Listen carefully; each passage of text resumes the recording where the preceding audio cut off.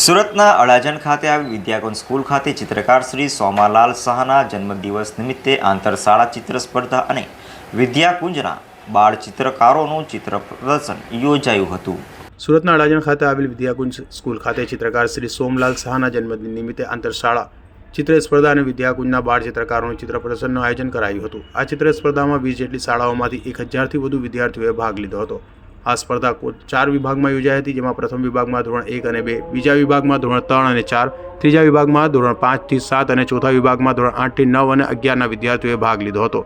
આ 4 વિભાગમાં 1000થી વધુ વિદ્યાર્થીઓએ ખૂબ સુંદર રીતે સ્પર્ધામાં ભાગ લઈ સ્પર્ધાને સફળ બનાવી હતી। તો વિદ્યાકુંજ બાળ ચિત્રકારી ચિત્ર પ્રદર્શનમાં 40 બાળકોએ વર્ષ દરમિયાન પોતે કરેલા ચિત્રકામના 450 જેટલા ચિત્રોનું પ્રદર્શન કરાયું હતું। પ્રાથમિક અને માધ્યમિક કક્ષાના બાળકોનું સુંદર ચિત્ર પ્રદર્શન નિહાળવા વાલીઓ પણ મોટી સંખ્યામાં ઉપસ્થિત રહ્યા હતા। વિવિધ શાળાના શિક્ષકો અને આચાર્યએ પણ સ્પર્ધાને સફળ બનાવવા પોતાના બાળકોને પ્રેરિત કર્યા હતા। તે માટે સંકુલ નિયામક મહેશભાઈ પટેલે આભાર વ્યક્ત કર્યો હતો। મહેશભાઈ પટેલ, વિદ્યાકુંજ સંકુલ નિયામક। આજે ચિત્રકાર કલાગુરુ એવા સોમાલાલ શાહનો જન્મદિવસ, એ નિમિત્તે આંતરશાળા ચિત્ર સ્પર્ધા અને વિદ્યાકુંજના બાળ ચિત્રકારોનું ચિત્ર પ્રદર્શનનું આયોજન કરવામાં આવ્યું। આ આંતરશાળા સ્પર્ધામાં સુરતની 20 જેટલી સ્કૂલોએ ભાગ લીધો, તેમાં 1000 બાળકો ભાગ લીધો। કુલ 4 વિભાગમાં ચિત્રકામ કર્યું, ધોરણ 1 થી 11 સુધીમાં।